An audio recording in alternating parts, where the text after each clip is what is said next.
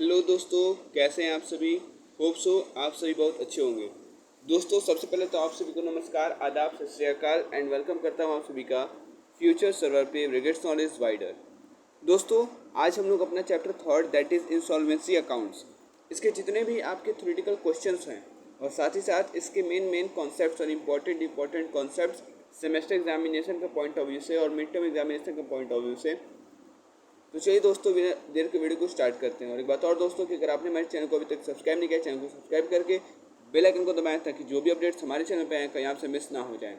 और एक बात और दोस्तों कि अगर आपने हमारे टेलीग्राम चैनल को अभी तक ज्वाइन नहीं किया तो टेलीग्राम चैनल को जरूर ज्वाइन कीजिए, जिसका लिंक मैंने डिस्क्रिप्शन बॉक्स पिन कर दिया है, यहाँ के आप हमारे टेलीग्राम चैनल को ज्वाइन कर सकते हैं। चलिए दोस्तों, बिना देर के वीडियो को स्टार्ट करते हैं। तो हम लोग आज पढ़ने वाले हैं इंसॉल्वेंसी अकाउंट के बारे में। सबसे पहले समझते हैं इंसॉल्वेंसी लॉ। इस इंसॉल्वेंसी लॉ में पहले आपका आता है प्रेसिडेंसी टाउन इंसॉल्वेंसी एक्ट। आमतौर पर इंसॉल्वेंसी लॉ को दो एक्ट गवर्न करते हैं, एक आपका 1909 का प्रेसिडेंसी टाउन इंसॉल्वेंसी एक्ट और एक आपका 1920 का प्रोविंशियल इंसॉल्वेंसी एक्ट। ठीक है, तो प्रेसिडेंसी टाउन इंसॉल्वेंसी एक्ट क्या होता है? प्रेसिडेंसी टाउन इंसॉल्वेंसी एक्ट 1909 ये एक इंडियन लेजिस्लेशन था जो कि डील करता है किसके साथ? इंसॉल्वेंसी और बैंक्रप्सी केसेस के साथ डील करता था। तीन प्रेसिडेंसी टाउन में ऑफ ब्रिटिश इंडिया, एक बॉम्बे, एक कलकत्ता और एक मद्रास, ये तीन प्रेसिडेंसी टाउन हैं भारत के, हुआ करते थे। इट प्रोवाइडेड अ लीगल, इसने एक लीगल फ्रेमवर्क प्रोवाइड किया इंडिविजुअल्स के लिए और बिजनेस के लिए टू डिक्लेयर बैंक्रप्सी डिक्लेयर करने के लिए एक लीगल फ्रेमवर्क इसने क्या किया? प्रोवाइड किया। बैंक्रप्सी डिक्लेयर करने के लिए, डेट्स को मैनेज करने के लिए और रिलीफ सीक करने के लिए अपने क्रेडिटर से। The act establish the procedure, इस एक्ट ने एक प्रोसीजर और एक रेगुलेशन क्या किया?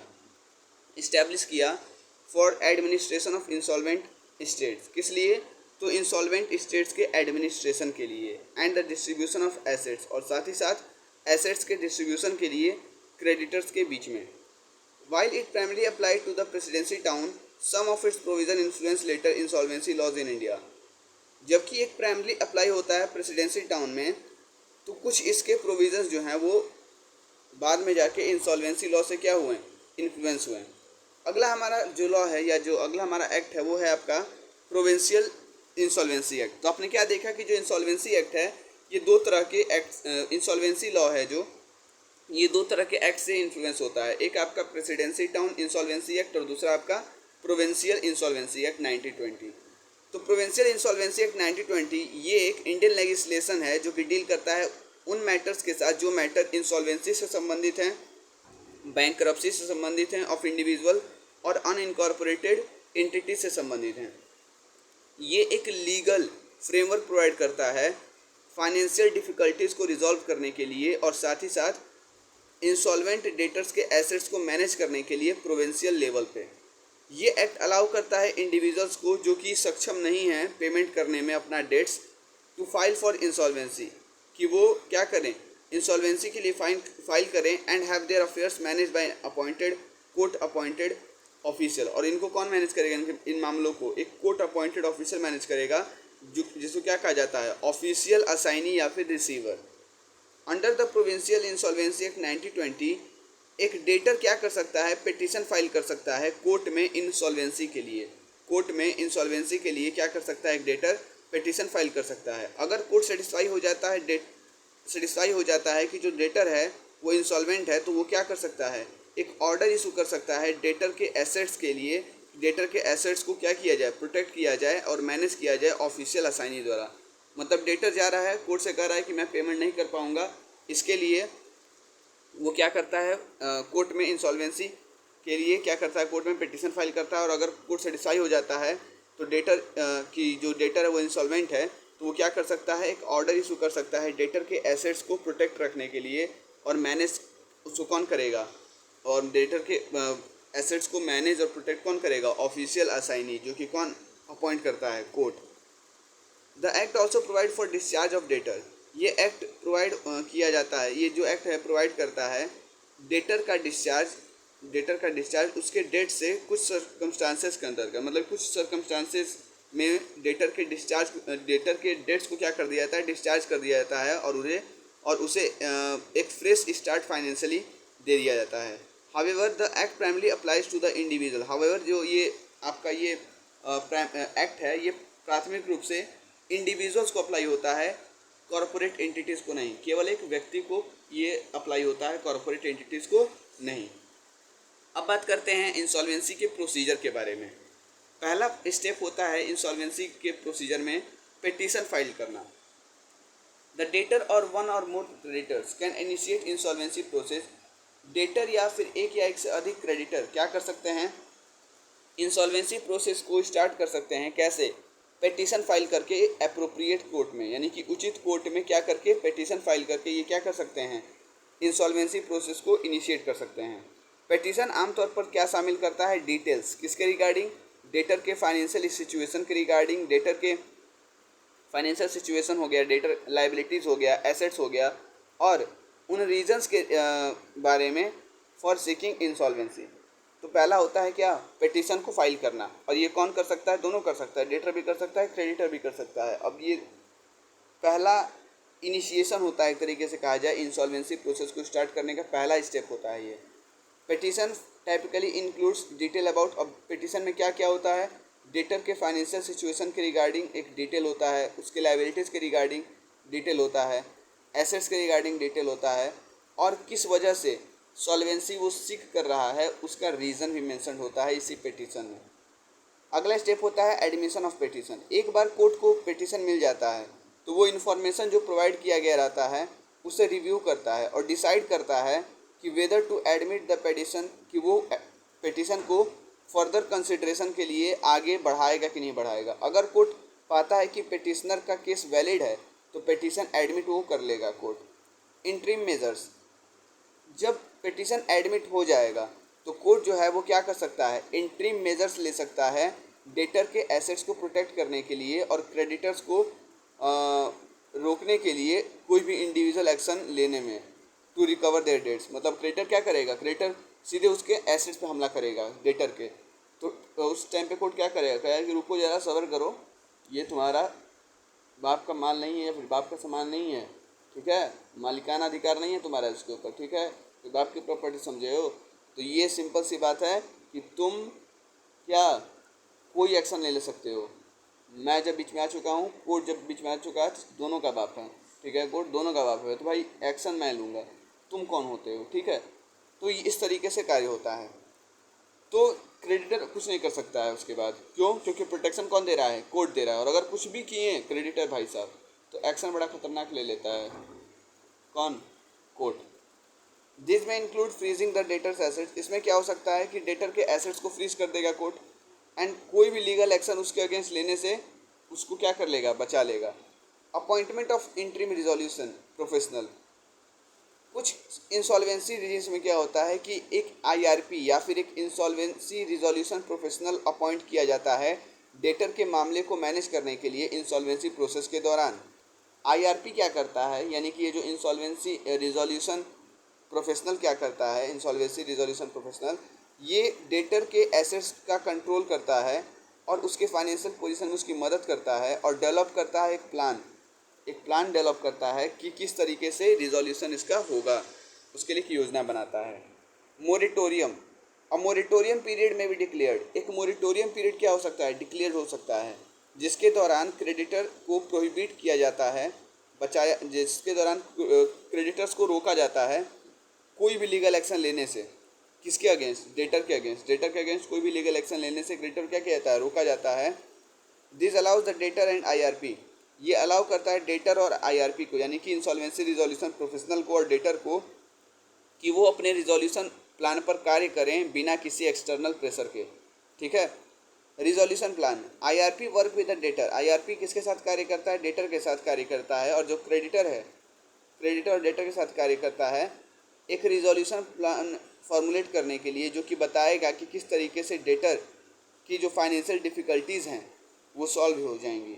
दिस में इन्वॉल्व, इसमें क्या हो सकता है, दोबारा डेट को रिस्ट्रक्चर किया जा सकता है, एसेट्स को बेचा जाएगा या फिर अदर मेजर्स लिया जाएगा क्रेडिटर्स को रीपे करने के लिए।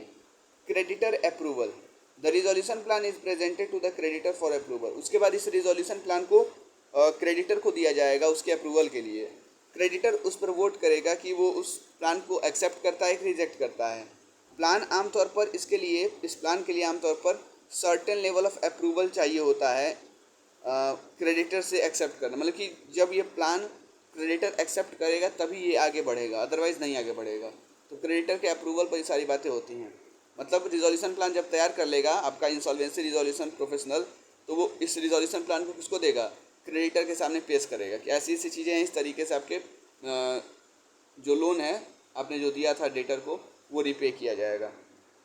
इम्प्लीमेंटेशन ऑफ रिजोल्यूशन प्लान, अगर रिजोल्यूशन प्लान अप्रूव हो जाता है तो इसे कोर्ट के सुपरविज़न में इम्प्लीमेंट किया जाएगा और रेलिवेंट इंसॉल्वेंसी अथॉरिटी में एसेट्स को बेच दिया जाएगा, डेट रिपेमेंट हो जाएगा और डेटर के जो भी फाइनेंशियल सिचुएशन है वो धीरे धीरे क्या होने लगेंगे, इम्प्रूव होने लगेंगे। डिस्चार्ज, एक बार रिजोल्यूशन प्लान के जो टर्म्स हैं ये सक्सेसफुली कंप्लीट हो जाते हैं तो डेटर जो है वो अपने रिमेनिंग डेट या ऑब्लिगेशन से क्या हो जाता है, डिस्चार्ज हो जाता है और उसका एक फ्रेश फाइनेंशियल स्टार्ट होता है। फेल्योर टू रीच रिजोल्यूशन, अगर रिजोल्यूशन प्लान एग्री नहीं होता है और अगर प्लान फेल हो जाता है अपने ऑब्जेक्टिव को अचीव करने में तो कोर्ट में order the liquidation of debtor assets to repay the creditor, तो जो कोर्ट है वो क्या कर सकता है, डेटर के एसेट्स के लिक्विडेशन के लिए क्या कर सकता है, ऑर्डर दे सकता है क्रेडिटर्स का रिपेमेंट करने के लिए। मतलब आप क्या कर दो, सीधे सीधी डेटर के जो भी एसेट्स है उसको लिक्विडेट करो, जो भी पैसा आ रहा है उससे पेमेंट कर दो क्रेडिटर का, ये ऑर्डर दे सकता है कौन, कोर्ट। और कब देगा, जब अप्रूवल नहीं मिलता है क्रेडिटर से तब। अब बात करते हैं स्टेटमेंट ऑफ अफेयर्स के बारे में। स्टेटमेंट ऑफ अफेयर्स ये एक ऐसा कॉम्प्रिहेंसिव डॉक्यूमेंट है जो कि इंडिविजुअल या फिर एंटिटी के फाइनेंशियल पोजीशन का एक ओवरव्यू देता है। ये कंपोनेंट है इंसॉल्वेंसी प्रोसेस का और इसका यूज़ डेटर के एसेट्स लाइबिलिटीज़ को एसेस करने के लिए किया जाता है एंड ओवरऑल फाइनेंशियल सिचुएशन। ये स्टेटमेंट आमतौर पर डेटर द्वारा तैयार किया जाता है या फिर उसके ऑथराइज रिप्रेजेंटेटिव द्वारा, जैसे कि इंसॉल्वेंसी प्रोफेशनल द्वारा, और इसे सबमिट किया जाता है इंसॉल्वेंसी प्रोसीडिंग्स के रूप में। अब बताते हैं कि क्या स्टेटमेंट ऑफ अफेयर्स में इंक्लूड होता है। पहला होता है एसेट्स, ये जो सेक्शन है ये सारे एसेट्स को इंक्लूड करता है जो कि डेटर द्वारा ऑन किया गया है। एसेट्स में आपका प्रॉपर्टी आएगा, व्हीकल्स आएगा, इन्वेस्टमेंट आएगा, बैंक अकाउंट आएगा और अदर वैल्यूएबल पोजीशंस आएंगे। हर एक एसेट्स आमतौर पर डिस्क्राइब होगा उसके एस्टिमेटेड वैल्यू के साथ। लाइबिलिटीज़, ये सेक्शन आउटलाइन करता है जितने भी डेट्स और ऑब्लिगेशन है डेटर के। लाइबिलिटीज़ में आपका लोन हो सकता है, क्रेडिट कार्ड डेट हो सकता है, मॉर्गेजेस हो सकता है, अनपेड बिल हो सकता है या फिर कोई अदर फाइनेंशियल ऑब्लिगेशन हो सकता है। Each liability is usually listed along with, और हर एक लाइबिलिटी को उसके आउटस्टैंडिंग अमाउंट जो कि ओ किया गया है उसके साथ क्या किया जाएगा, लिस्ट किया जाएगा। Creditor, statement of affairs identify करता है क्रेडिटर को टू होम द डेटर ओज द मनी, जिससे कि डेटर ने क्या किए हैं, पैसे उधार लिए हैं। क्रेडिटर एक इंडिविजुअल हो सकता है, बैंक हो सकता है या फिर कोई अदर एंटिटी हो सकता है टू होम, जिससे कि डेटर ने पैसे उधार लिए हैं। Secured and unsecured debts, document distinguishes, ये जो डॉक्यूमेंट है ये क्या करता है, ये सिक्योर्ड और अनसिक्योर्ड डेट्स के बीच में क्या करता है, अंतर बताता है। Secured debts are backed by collateral, secured debts को हम लोग कोलेटरल के थ्रू क्या कर सकते हैं, बैक कर सकते हैं, जैसे कि मॉर्गेज या फिर प्रॉपर्टी और lien on an asset. Unsecured debt को हम लोग कोलेटरल या फिर जो भी अदर तरीके हैं उनसे हम लोग उसको बैक नहीं कर सकते हैं। ठीक है, जैसे कि आपका क्रेडिट कार्ड डेट और पर्सनल लोन एटसेट्रा, ये सब। आगे बात करते हैं वैल्यू रियलाइजेशन। ये सेक्शन बताता है expected amount that could be realise from sale of each asset. ये बताता है एक्सपेक्टेड अमाउंट कि कितना एक्सपेक्टेड अमाउंट हम लोग हर एक एसेट को बेचकर कमा सकते हैं। ये मदद करता है पता लगाने में potential fund available to repay creditor, मदद करता है पता लगाने में कि कितना पोटेंशियल फंड अवेलेबल हैं क्रेडिटर्स का रिपेमेंट करने के लिए। इनकम एंड एक्सपेंडिचर, कुछ स्टेटमेंट ऑफ अफेयर्स जो हैं इसमें इंफॉर्मेशन होता है डेटर के इनकम और रेगुलर एक्सपेंसेस के बारे में। ये मदद करता है डेटर के फाइनेंशियल सर्कमस्टांसेस को समझने में और उनकी एबिलिटी को समझने में meet ongoing obligation. Historical financial information, कुछ केसेस में स्टेटमेंट ऑफ अफेयर्स जो है ये इंक्लूड कर सकता है historical financial information to provide context to the debtor's financial troubles. Statement date, statement of affairs prepared as of specific date, एक specific date पर प्रिपेयर होता है। ये जो डेट होता है ये इंपॉर्टेंट होता है क्योंकि यही तय करता है स्नैपशॉट डेटर के फाइनेंशियल सिचुएशन का at that particular point in time.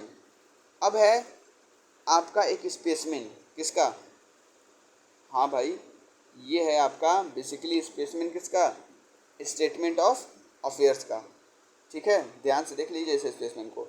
Left hand side में आपका लाइबिलिटी दिया है, राइट हैंड साइड में आपका एसेट्स दिया है। अब लाइबिलिटी में आपका दिया है अनसिक्योर्ड क्रेडिटर लिस्ट ए के हिसाब से, fully secured creditor list B के हिसाब से, उसके बाद उस एस्टिमेटेड वैल्यू सिक्योरिटीज़ का, और जो सरप्लस अगर आता है तो उसमें से क्या कर देंगे, amount thereof carry to list C, उसमें से माइनस कर देंगे।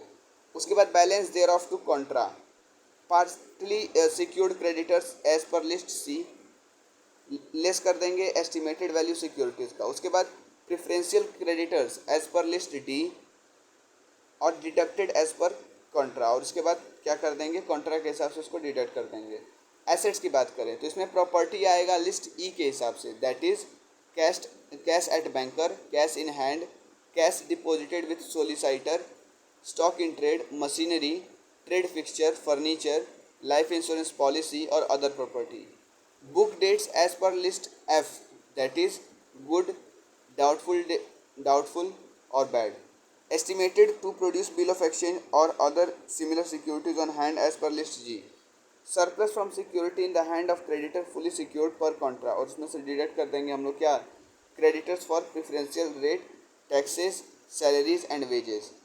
Deficiency as per list explain in list H, और उसके बाद डेफिशिएंसी शो कर देंगे लिस्ट एच के हिसाब से। तो ये आपका हो गया स्टेटमेंट ऑफ अफेयर्स का स्पेसिमेन। एक बार और ध्यान से देख लीजिए, पहला आपका liabilities left hand side, assets आपका राइट हैंड साइड।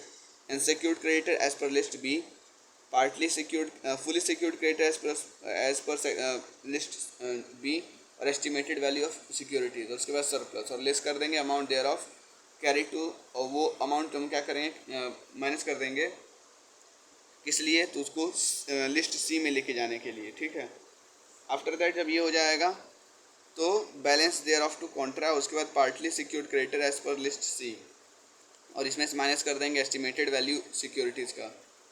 उसके बाद preferential creditor as per list D और deducted as per contra. Assets में फिर प्रॉपर्टी स्टार्ट होगा लिस्ट ई से, फिर लिस्ट एफ आएगा, फिर जी आएगा, फिर एच आएगा। तो ई में आपका cash at banker, cash in hand, cash deposited with solicitor for cost of petition, stock in trade, machinery, furniture, life insurance policy, other property सब आ जाएगा लिस्ट ई में। लिस्ट एफ में आपका आएगा गुड, डाउटफुल और बैड डेट्स। ठीक है, गुड, डाउटफुल और बैड डेट्स लिस्ट एफ में आएगा। और उसके बाद estimated to produce bill of exchange और other similar security on hand as per list G, और surplus from security in hand of creditor fully secured, deduct कर देंगे creditor for preferential rate, taxes, salaries and wages, और deficiency as explained in list H. अब बात करते हैं liabilities के बारे में। लिस्ट ए अनसिक्योर्ड क्रेडिटर्स, ये लिस्ट कंटेन करता है डिटेल अनसिक्योर्ड क्रेडिटर्स का कुछ हेडिंग्स में, जैसे कि सीरियल नंबर, क्रेडिटर का नाम, उनका पता, कितना अमाउंट उनको ड्यू है, लोन लेने की तारीख, लोन लेने का पीरियड और कोई भी अन्य जानकारी। ये लिस्ट आमतौर पर प्रिपेयर होता है अल्फ़ाबेटिकल ऑर्डर में, और टोटल अमाउंट जो पेबल होता है अनसिक्योर्ड क्रेडिटर को उससे फाइंड आउट किया जाता है इस लिस्ट के बेसिस पे, और ये लिस्ट अटैच होता है स्टेटमेंट ऑफ अफेयर्स से। ये मोस्टली इंक्लूडेड होते हैं अनसिक्योर्ड क्रेडिटर्स लिस्ट ए में।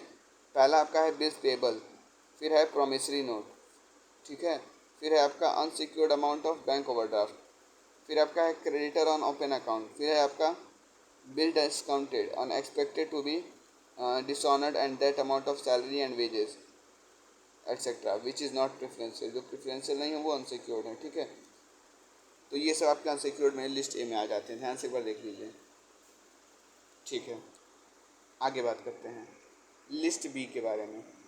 List be fully secured creditor, ये लिस्ट कंटेन करता है डिस्क्रिप्शन उन क्रेडिटर्स का जिनका डेट पूरी तरीके से सिक्योर्ड है। मतलब ये है कि अगर लोन 25,000 का लिया गया है, कितने के सिक्योरिटी पर, 30,000 की सिक्योरिटी पर, 30,000 का कोई एसेट लेके और 25,000 का उधार लिया गया है, तो आपका तो पूरी तरीके से सिक्योर्ड है।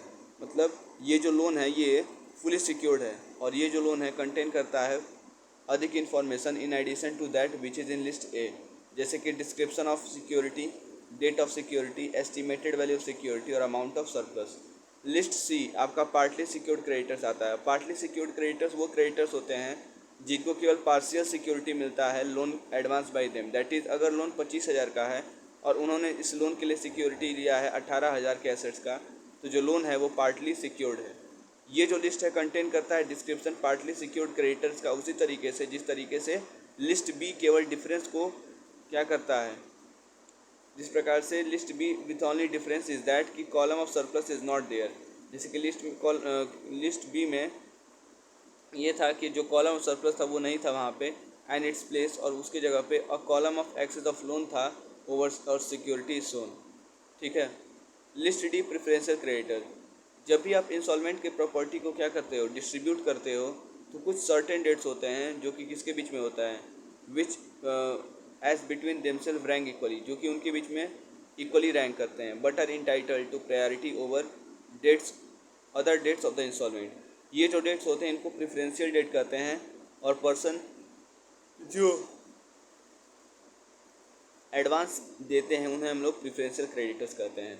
मतलब वो डेट्स, इन डेट्स को कैसे डेट्स भाई, तो देखिए जब भी आप इंस्टॉलमेंट का प्रॉपर्टी डिस्ट्रीब्यूट करते हो तो कुछ डेट्स इक्वली रैंक करते हैं but are entitled to priority, लेकिन इनमें भी इंटाइटलमेंट होता है प्रायोरिटी का ओवर अदर डेट्स। मतलब पहले इसका डेट पे करेंगे, ये बहुत अच्छे आदमी है भाई, तो इसलिए तो ये जो डेट्स हैं ये प्रेफरेंशियल डेट्स होते हैं, और जो पर्सन एडवांस करता है इस डेट को उसको प्रेफरेंशियल क्रेडिटर कहते हैं।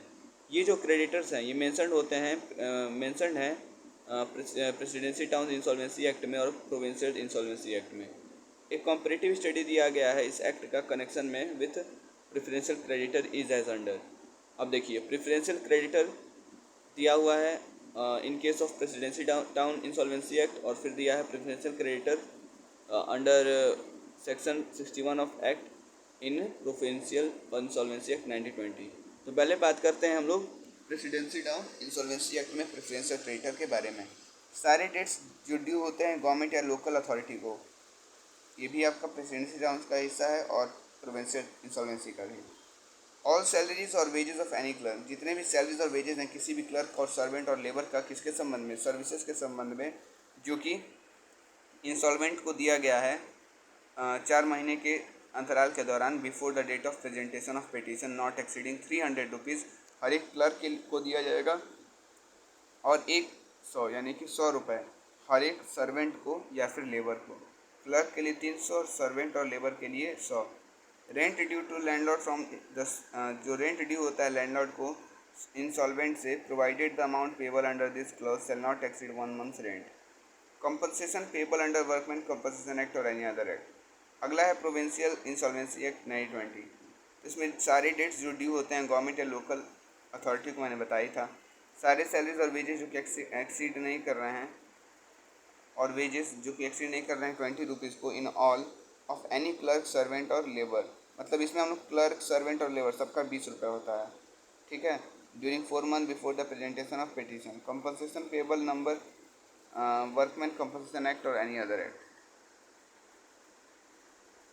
What are preferential creditor in the following liability. अब चलिए एक न्यूमेरिकल कर लेते हैं, थोड़ा छोटा ये न्यूमेरिकल है, थ्योरेटिकल और न्यूमेरिकल दोनों का एक मिक्सचर है तरीके से कहें तो।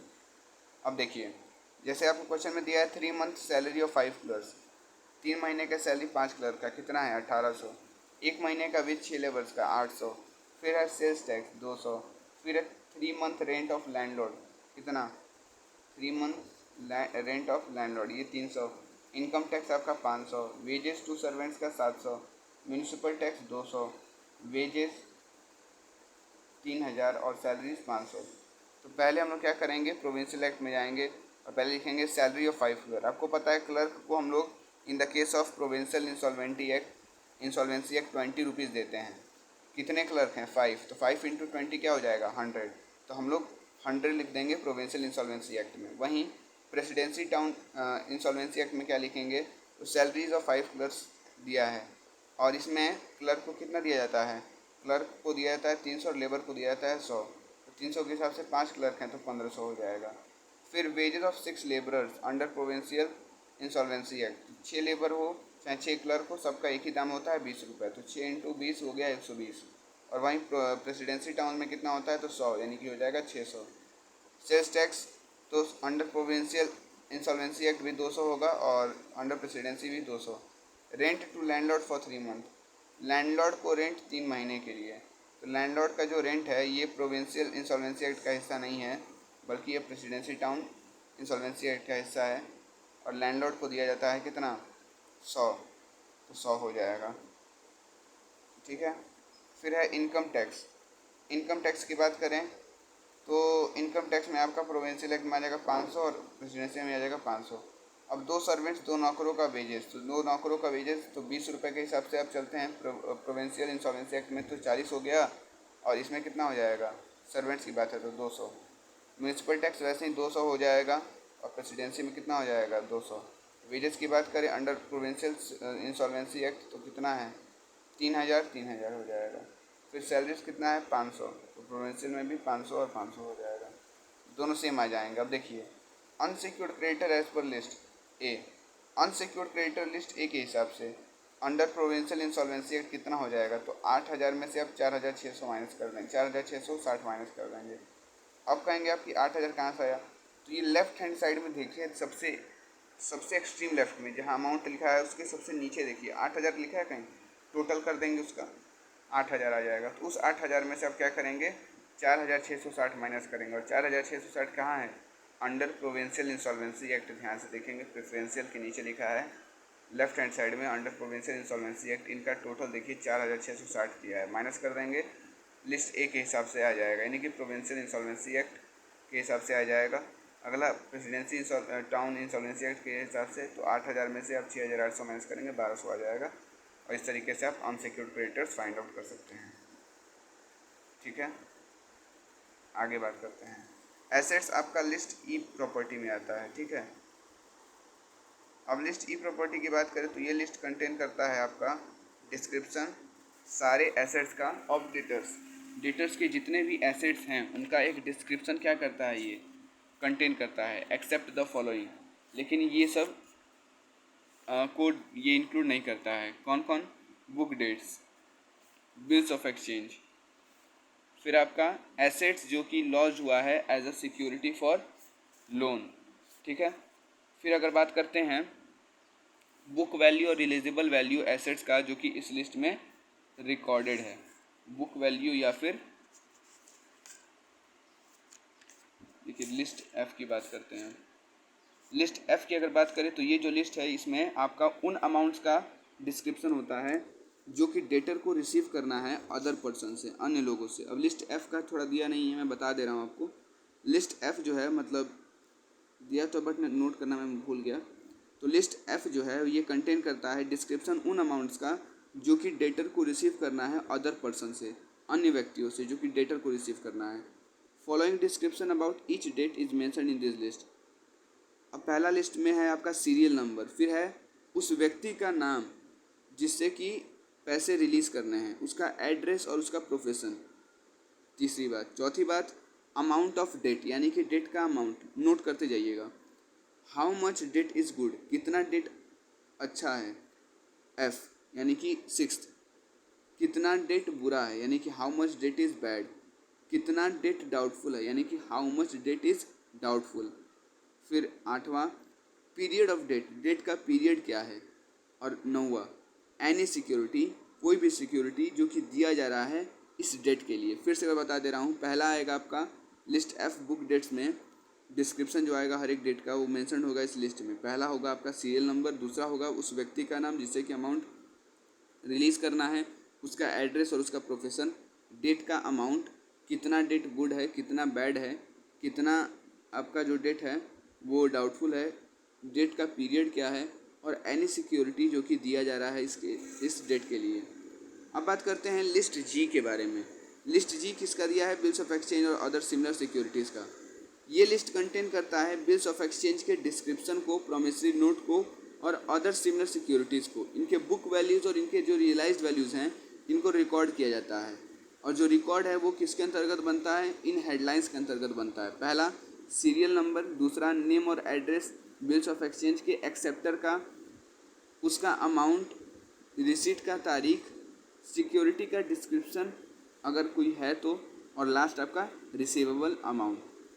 अगली बात करते हैं लिस्ट एस डेफिशिएंसी के बारे में।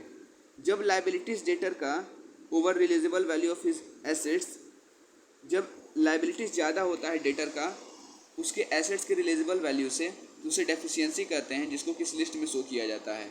एक सेपरेट डेफिशिएंसी अकाउंट तैयार होता है और ये अमाउंट्स रिकॉर्ड होते हैं उसके लेफ्ट हैंड साइड में। कौन कौन से अमाउंट, ध्यान दीजिएगा। पहला है capital of the debtor, debtor का कैपिटल, ये लेफ्ट हैंड साइड में आता है।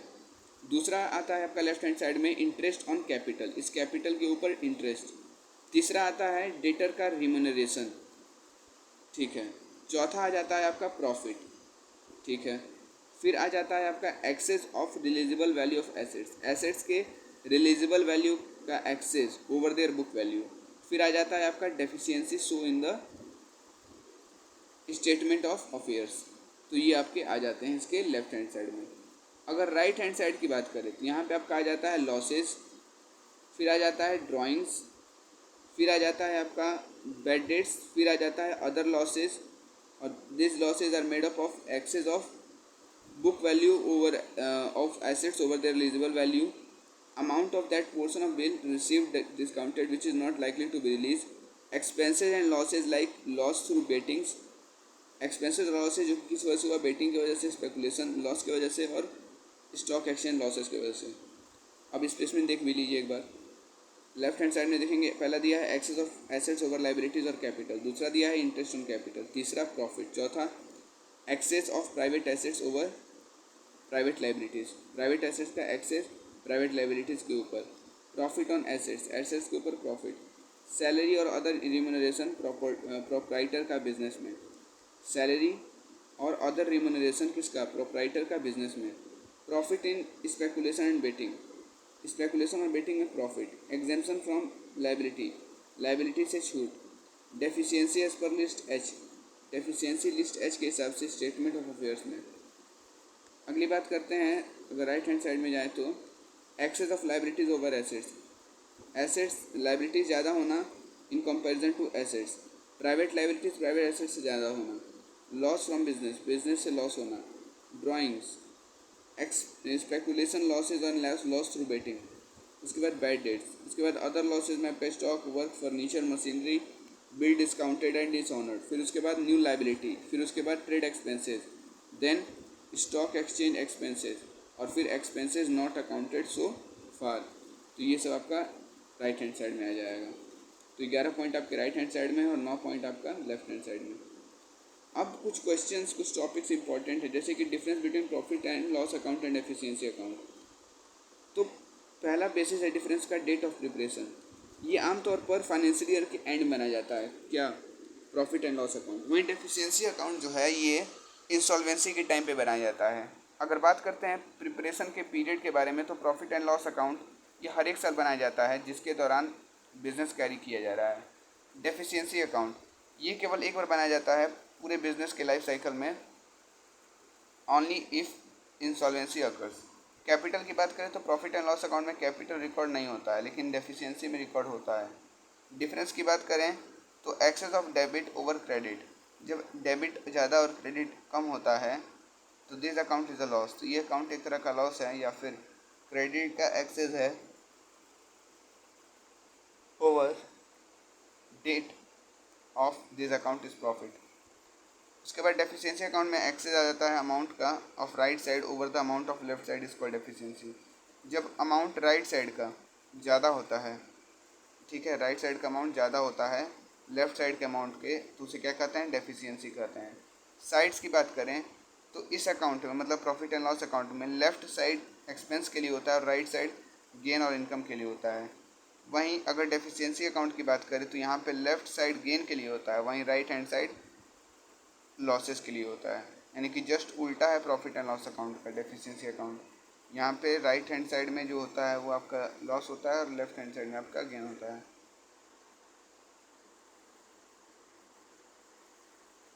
अब बात करते हैं बैलेंस शीट और स्टेटमेंट ऑफ अफेयर्स के बीच का डिफरेंस। ये बहुत सारा से पूछा आ रहा है।